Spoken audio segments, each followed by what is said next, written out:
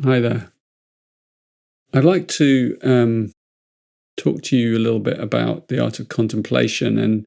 And people have been asking me since I've written this little book on contemplation, and there's a little mini course, and I talk about it a lot.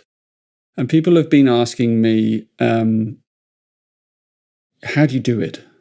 And although the book and things describe that, I would like to share with you how I do it, and how it has helped me personally, and give you a flavor of that. And hopefully it will inspire you to give it a try as well.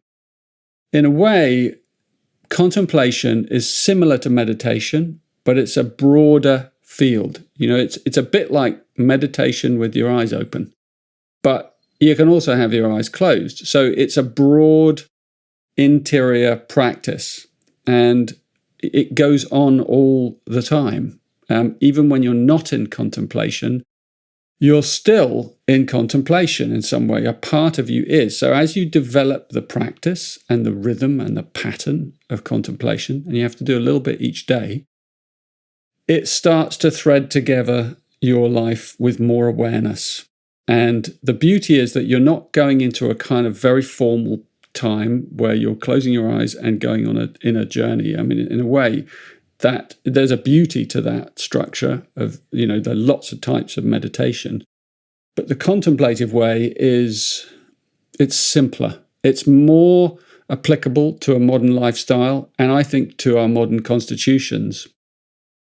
And the way it works for me is I get up in the morning, and before I do anything, I go into contemplation. Now, I happen to use tea, so little teas that I drink, and that just gives me, my hands, something to do. And so I find that useful.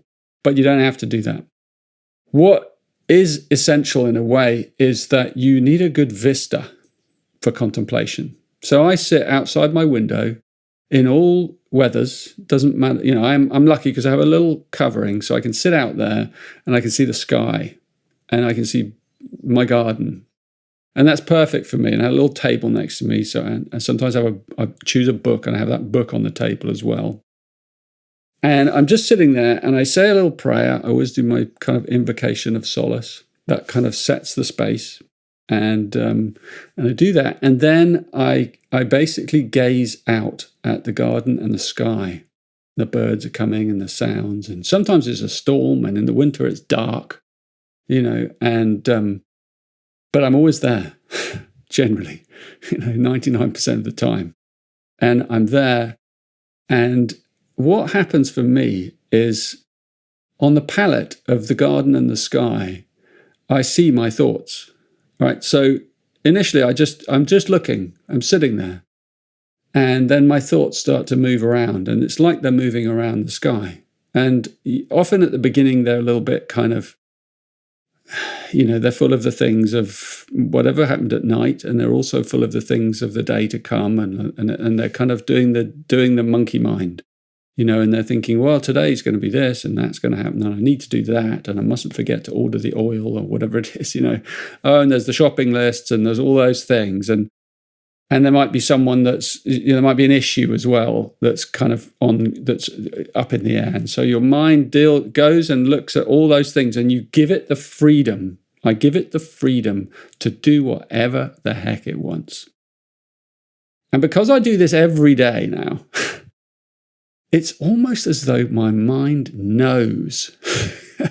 It's like, it knows it has the freedom to do what it wants, but it also knows I'm going to sit there for at least an hour.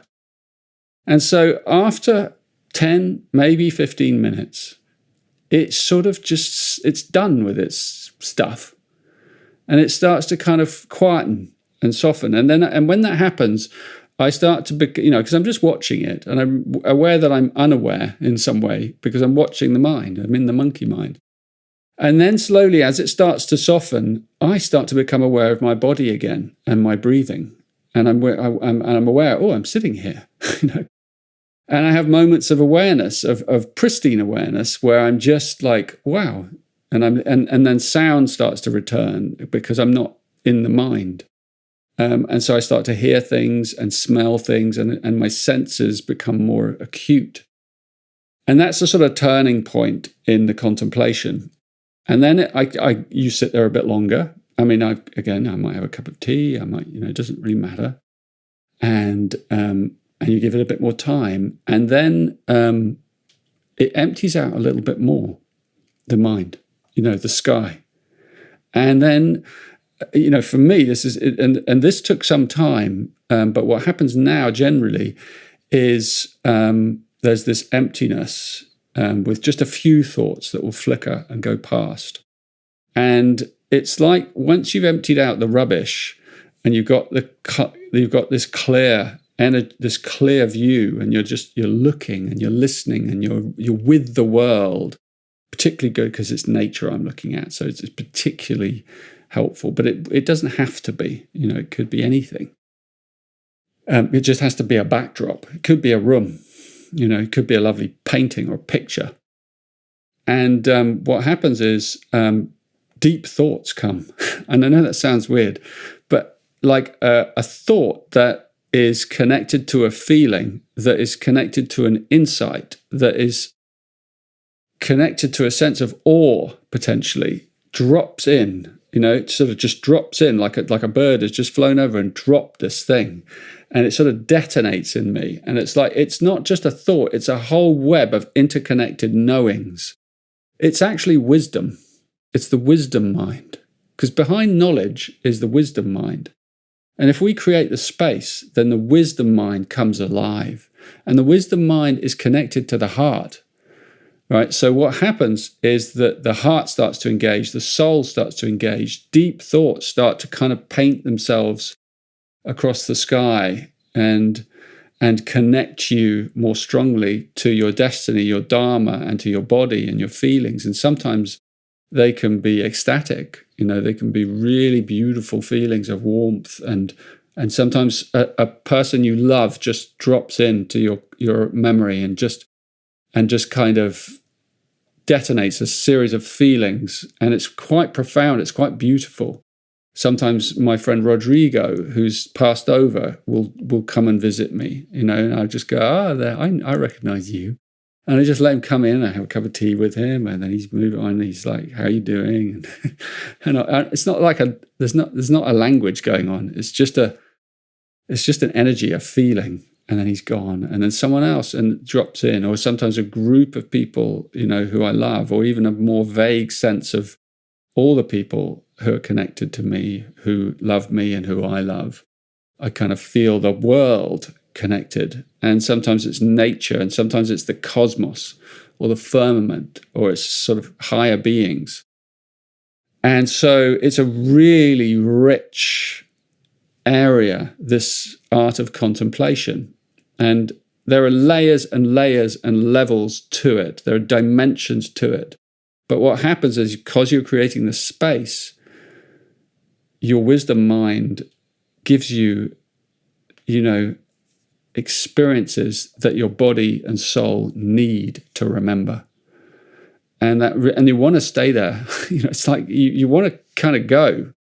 It's like, I want to be there. I just want to be here longer. Sometimes I'll pick up a book that I've got there and I'll read one sentence at random. And that sentence usually just blows me. It's like just that one crystal little shard will just open up a whole world. You got to choose your books carefully, right? And it's incredible. And other times the wisdom comes in and it just comes across my palate. And I look at it and I go, wow, that's just a treasure. Like that, the field of that insight. And I sometimes think, I should bottle that, I should write that down and then follow it. And I can do a podcast later about it or whatever. I can write a book about it. And usually now I just let it go. I'm like, nah, just let it go. And it just floats off again. And I think, wow, maybe someone else will pick that up somewhere else in another time and follow that wisdom. And it's beautiful. So when you open up to the wisdom that's inside you, it affects you at every level in your chemistry. It tunes you to a new rhythm, a calmer rhythm, a clearer rhythm with life. But you have to go through this process where you jettison the busy mind, and that's where contemplation is wonderful. And you've got to keep doing it. So you got to do it like you can do half an hour or even 10 minutes, probably not quite enough. You need a little bit more time than that for it to sort of go out. And then my other practice, which you'll know well if you've followed my stuff, is pausing. And pauses are things that you can use to deepen that state regularly throughout the day. And so I use now this little Triple Flame app, which is on the App Store, which is our app that allows you to pause. It gives you a little bing on your phone every 3 hours and invites you to pause for 3 minutes. And it's just that rhythm of the three. It helps to embed the contemplative state more deeply into your day. And so it gives you that reminder of, oh yeah, there's a deeper state underneath every day. And I need those little reminders often to connect together those moments, that golden thread of those singular moments, those 3-minute moments in life. And then they begin to form a kind of web of awareness, of new awareness that then starts to kind of glisten in your everyday life. And there are times when we forget, of course. There are times when we lose it. There are times when, I get angry or someone provokes me or I don't know, just like normal. But those moments of pausing are beautiful. So you have to create the container for contemplation. And that's what I do. That's my practice. I invite you to give it a try. It's really, really powerful. And use the Triple Flame app. Even if you just begin with that, just begin with 3-minute pauses regularly throughout the day. Triple Flame on the App Store. It's beautiful. It's really lovely. And there are little meditations and journeys you can do.